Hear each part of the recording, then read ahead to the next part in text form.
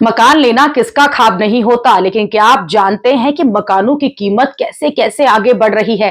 Hello दोस्तों, मैं सरला रावत सा और आप देख रहे हैं एनजी एक्सप्रेस न्यूज। 20 या 30 साल बाद आपको 1 करोड़ रुपए की जगह कम से कम दुगना या 4 गुना वेल्थ जमा करना होगा, तब जाकर आप कभी 1 करोड़ वाली वैल्यू का रकम वाला 20-30 साल बाद घर जो है वो जमा कर पाएंगे। कोविड महामारी के बाद देश दुनिया में महंगाई आसमान छू रही है। खासकर रियल एस्टेट सेक्टर में महंगाई तेजी से बढ़ी है और आलम यह है कि आज के समय में 1 करोड़ रुपए से ज्यादा की कीमत पर ग्रेटर नोएडा जैसी जगहों पर 3 BHK फ्लैट मिल पाना आसान बात नहीं है।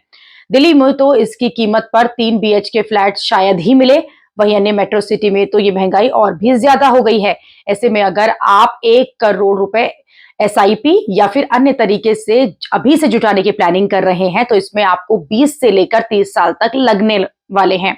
इसलिए आपको 1 करोड़ रुपए काफी नहीं होंगे। 20 या 30 साल बाद आपको 1 करोड़ रुपए की जगह कम से कम दुगना या फिर 4 गुना वेल्थ जमा करना होगा, तब जाकर आप कभी 1 करोड़ वैल्यू वाली जितना जो है उसे जमा कर पाएंगे। लेकिन क्या सिर्फ 1 करोड़ में उस वक्त आपको फ्लैट मिल पाएगा? शायद आपको उस वक्त 1 BHK वाला फ्लैट भी न मिले। और ये सिर्फ दिल्ली ही नहीं बल्कि लखनऊ, गोरखपुर और अन्य छोटे शहरों में भी घर खरीदना मुश्किल हो सकता है। 30 साल बाद कितनी रह जाएगी 1 करोड़ की वैल्यू, वो भी आपको बताते हैं। महंगाई के बढ़ने के कारण समय के साथ जमा किए गए पैसों की वैल्यू भी कम होती जा रही है। जैसे अगर आपने प्लानिंग की है कि 30 साल में 1 करोड़ रुपए जमा करेंगे, तो उसे 1 करोड़ रुपए की वैल्यू 30 साल बाद महंगाई के कारण 23 लाख रुपए रह जाएगी। जी हाँ, इससे यह पता चलता है कि आपकी सेविंग पर मिलने वाला रिटर्न महंगाई के साथ ही खत्म होता जा रहा है और 1 करोड़ रुपए की वैल्यू भी 4 गुना से भी कम हो रही है।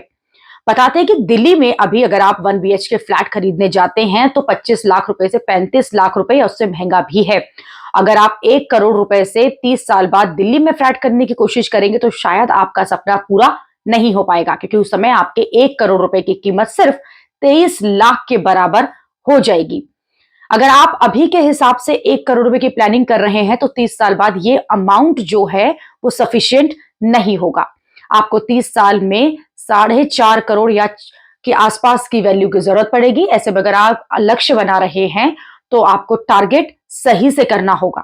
10 साल में पाना चाहते हैं तो आपको 5% की सालाना महंगाई दर मानने वाले इससे आपको कैलकुलेट करना होगा, यानी कि 10 साल बाद 30 लाख रुपए की वैल्यू 20 लाख रुपए के करीब हो जाएगी। किसी भी कीमत की भविष्य में वैल्यू निकालने के लिए आपको ये फॉर्मूला अपनाना चाहिए। इस तरीके से आप किसी भी अमाउंट की वैल्यू को साल के हिसाब से निकाल सकते हैं। जुड़े रहने के लिए हमारे YouTube चैनल को सब्सक्राइब करें और नई वीडियो की नोटिफिकेशन के लिए बेल आइकॉन को दबाएं। अगर आप ये वीडियो Facebook पर देख रहे हैं तो लाइक जरूर करें और ज्यादा से ज्यादा शेयर करें। धन्यवाद।